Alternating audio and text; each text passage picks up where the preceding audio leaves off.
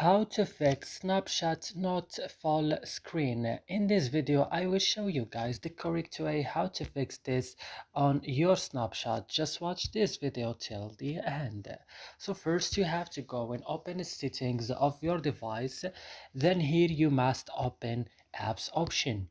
Here you will see all the applications that you have already at your phone. You have to search only for Snapchat. When you found Snapchat, go to storage option here and go to clear data. Go back, click on first stop and click OK. And now what's next? You have to go to this option permissions and you now go to files and media, and you have to allow access to media only like I am doing right now. And that's it. I hope guys this video is helpful for you. Don't forget to like and subscribe in our channel. See you in another videos.